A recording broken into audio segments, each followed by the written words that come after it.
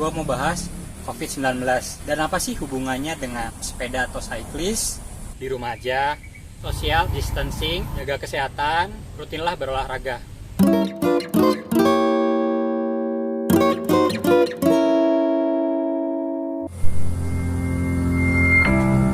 Halo, Assalamualaikum. Ketemu lagi dengan gue Angga.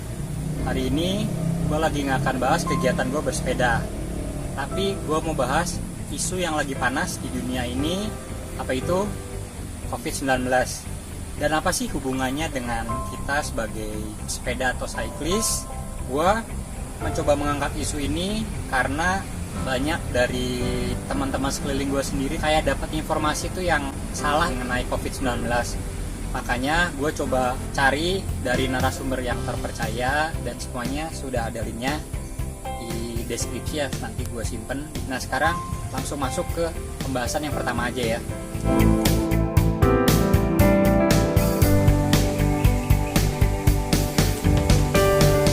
COVID-19 atau yang merupakan singkatan dari Coronavirus Disease 2019 itu pertama kali ditemukan di Wuhan pada tahun 2019 di bulan Desember. Nah akhirnya virus itu jalan-jalan nih mampir, nyampe juga akhirnya ke Indonesia. COVID-19 itu sendiri dia hanya salah satu bagian dari ratusan jenis virus corona. Jadi corona di dunia itu sebenarnya ada banyak. Khusus COVID-19 dia itu hanya spesifik menempel di manusia, nggak di hewan. Informasi ini dapat langsung dari virologis Indonesia atau pakar virus di Indonesia, yaitu Bapak Indro. Dia menerangkan mengenai COVID-19 ini. COVID-19 ini sendiri menyerang pernafasan manusia dan bertujuan untuk menggagalkan pernafasan manusia. Siapa aja sih yang bisa keserang COVID-19 ini? Semua kalangan bisa kena, semua manusia bisa kena, mulai dari bayi, anak kecil, orang dewasa, bahkan lansia, semua itu bisa kena. Bahkan tim medis pun yang sekarang menjadi garda depannya untuk menangani pasien yang terkena COVID-19 itu pun bisa kena. Terutama apa? Yang imun tubuhnya lemah. Jadi jagalah imun tubuh kita masing-masing ya, karena manusia tuh nggak akan tahu. Ada yang kena dia langsung terinfeksi dan gejala-gejalanya nanti gue sebutin. Ada yang kena tapi dia nggak akan ngerasain apa-apa, itu nanti disebutnya carrier. Apa itu carrier nanti gue jelasin setelah ini ya.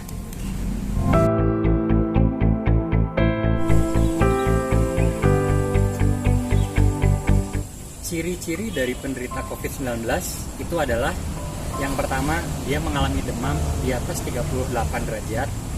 Yang kedua, batuk-batuk. Dan yang ketiga, menderita sesak nafas.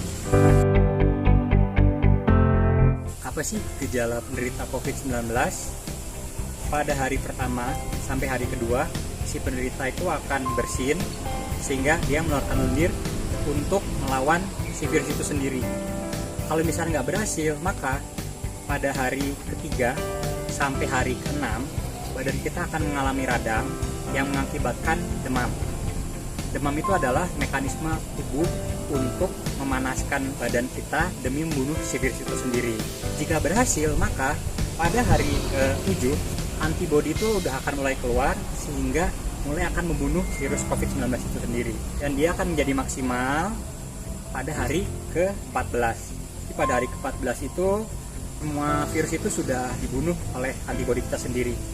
Akan tetapi, jika penderita pada hari ke-7 itu tidak bisa mengeluarkan antibodi dari tubuhnya, maka yang terjadi adalah penderita akan mulai sesak nafas karena si virus sudah memenuhi rongga-rongga paru-paru si penderita dan mengakibatkan kematian. COVID-19 ini sendiri, dia akan menular melalui droplet.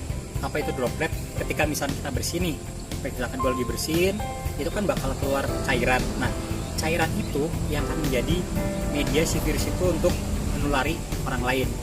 Jadi itulah kenapa ada jarak sekitar maksimal 2 meter. Jadi ketika misalkan contoh gue bersin, itu akan jatuh, mungkin jarak sekitar 1 sampai 1,5. Itulah kenapa menjaga jarak sekitar 2 meter itu biar aman agar tidak tertulari. Virus itu sendiri dengan kondisi semakin terang, semakin panas, semakin kering, maka dia daya tahan hidupnya si virus itu sendiri itu akan lebih cepat dibandingkan dengan tempat yang basah, gelap, dingin.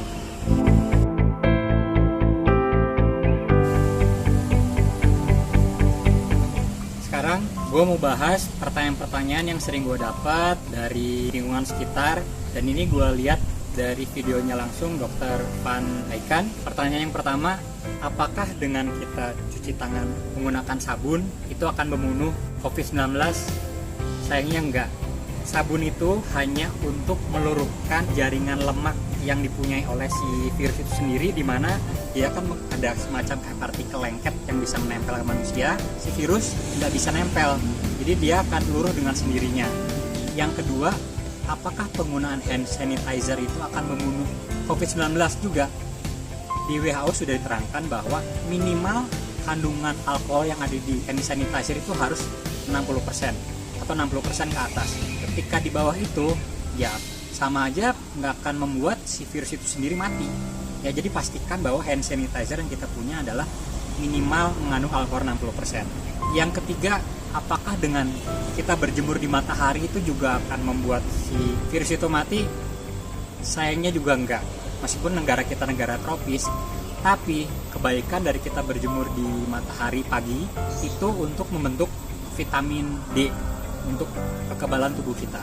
Dan yang terakhir, pertanyaan yang sering gua dengar adalah, apa benar virusnya itu bisa nyebar lewat udara atau dikatakan airborne? Itu juga masih diteliti dan WHO menyatakan sampai saat ini tidak atau belum. Karena apa? Itu tadi, si virus itu sendiri dia hanya bisa menyebar melalui media droplet. Sekarang gue mau bahas apa sih carrier itu. Carrier itu adalah orang yang terkena COVID-19 tapi dia tidak merasa apa-apa karena imun tubuhnya itu kuat. Karena dia tidak merasa apa-apa, ya dia akan merasa baik-baik saja, dan justru itu yang berbahaya. Kenapa? Karena si orang ini merasa baik-baik aja, dia akan jalan-jalan kemana aja, dia akan bertemu banyak orang, dan misalkan orang yang dia temui itu ternyata memiliki imun tubuh yang tidak sebaik si carrier ini, maka orang itu pasti akan terkena virus, akan langsung terinfeksi gitu.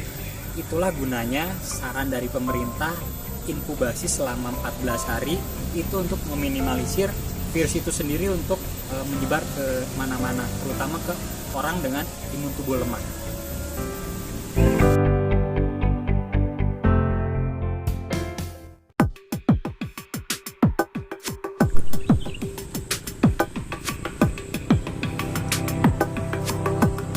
Apakah atlet boleh untuk berolahraga di saat kondisi seperti ini?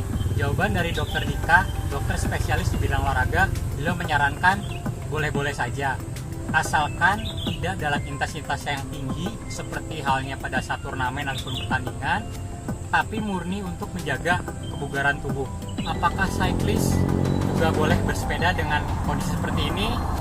Boleh. Ada dua pilihan, sebaiknya indoor, bisa juga outdoor. Untuk ke indoor sendiri itu bisa menggunakan roller atau menggunakan bike trainer. Kalaupun ingin bersepeda outdoor, itu sebenarnya tidak ada masalah.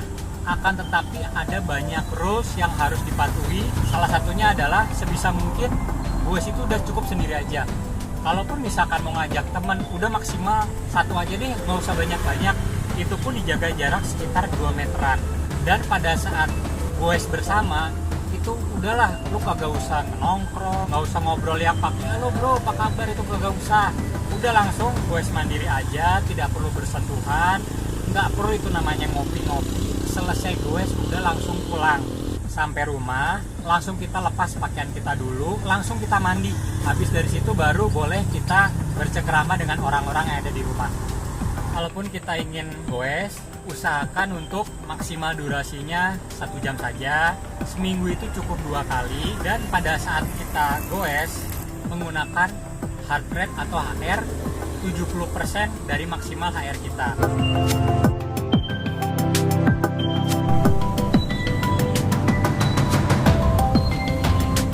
Guys, virus ini sendiri belum ada vaksinnya sampai sekarang.